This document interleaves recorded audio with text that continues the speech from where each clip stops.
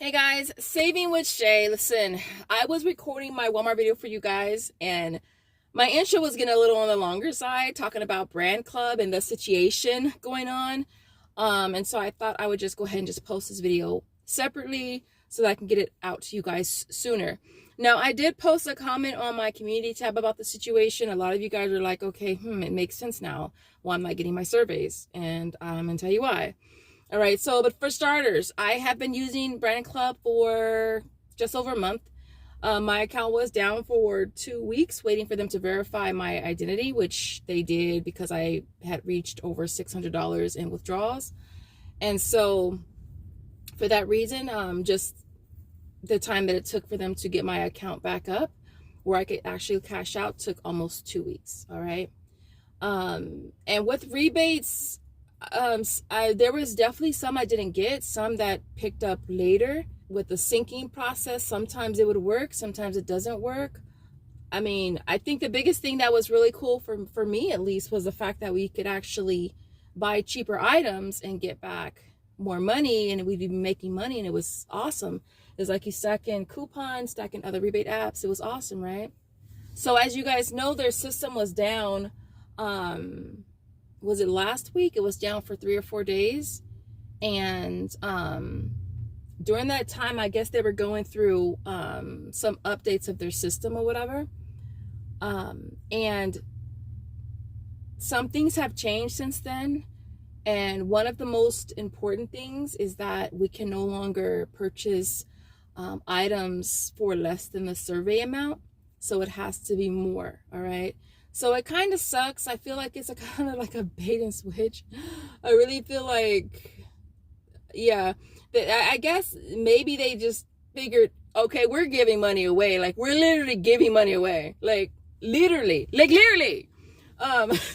Like with, for example, the Arm & Hammer, all right? That rebate was $5. I did it twice, and I bought the little box of Arm & Hammer baking soda. Those were 60-something cents.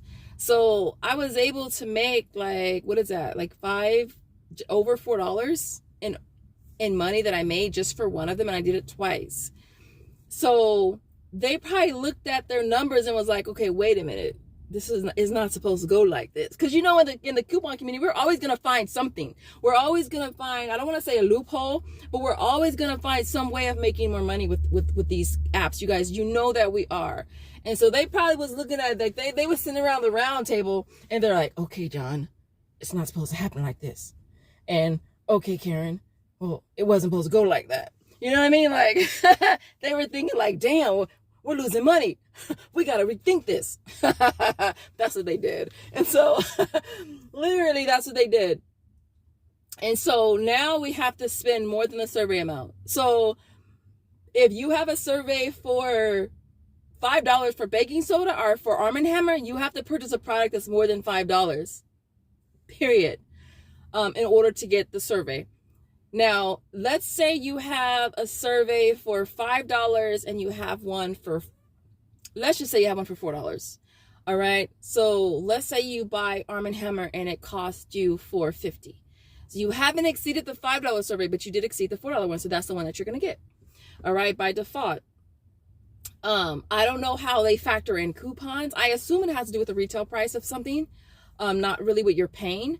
At the same time, I know that one of the people in this Facebook group that I'm on, had mentioned that she bought something on clearance, and the retail price obviously for that item was more than $3, but she didn't get the rebate back on it. And so that would imply that it goes based on what you spend. So if it goes based on what you spend, then if you factor in coupons, it's going to drop out of pocket. I don't know how that works into it, but I know that as of now, you have to spend more than the survey amount to get back that survey. All right. Okay. So I did do 4 surveys yesterday. All of them were over the amount of $3, and all of them I had coupons for, and I only got surveys for 3 of them. So it missed one of them. So I'm just going to play that one by ear and see if it goes through. Hopefully it does. If not, then I'll just take it back. And I know one of you guys in the community tab said that, you know, you're taking stuff back. And I really don't blame you, to be honest. Like, I feel like the way things are now, it's hard to take things as a loss. I can't afford to take a lot as a hit. I'm not even gonna lie. Like, if I am buying this product because I'm getting this back and I don't get this back, then this is going back to store. As simple as that. Like, I just can't. I can't. You know, I'm not trying to take the loss or the hit. Now, it's a little different when it comes to non-perishables or foods. Like, that's a little different because a lot of the items that we do surveys for are perishables. So it's like, okay, now you buy the product and it doesn't go straight through when you sync it with the Brandclub. Do you wait the 15 days? Do you take that back? Have you flipping eaten it already?